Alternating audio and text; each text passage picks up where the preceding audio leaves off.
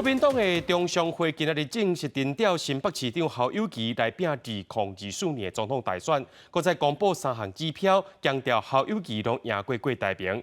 侯友宜表示要互政党来轮替，也感谢郭台铭。另外一方面，郭台铭是强调会照拼照行支持侯友宜，不过挺郭台铭的南投县议长何胜峰却是雄雄用行政中立做理由宣布退党。本党征召侯友宜同志参选2024中华民国总统。上强人选总算出来，国民党中常会17正式征调新北市长侯友宜，竞争2024总统大选。朱立伦讲是用科学数据甲县市长、立委的共同意见决定征调人选。我们要展现破釜沉舟的决心，要参选就要胜选。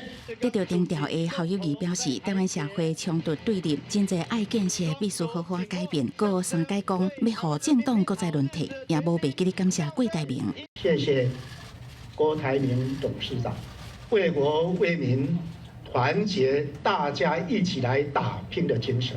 郭台铭伫面册表示，16暗时已经恭贺侯友宜，互人征调，会信守承诺，尽最大努力支持侯友宜胜选。文团会公布互人征调依据的3项指标，民调不管是党内互比、政党对决，还是3个人参战，拢是侯友宜领先郭台铭。党籍县市首长10个人支持侯友宜，1个人挺郭台铭。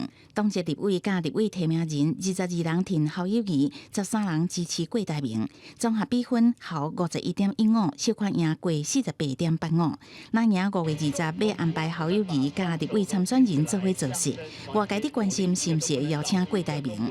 接下来我们必须要展现一个团结的气势，这个后续，我想我们一定会朝这个方向来努力。不过，就伫侯友宜互人征调的时阵，随传出挺郭派的南投县议长何胜峰宣布退党。去回民进党甲无党也较济啊，所以讲我退出到国民党中了你技术运作我会较好做。虽然国民党确定征调侯友宜，不过安怎整合党内泛蓝甲灰的阵营，这也是有真大的挑战。记者综合报道。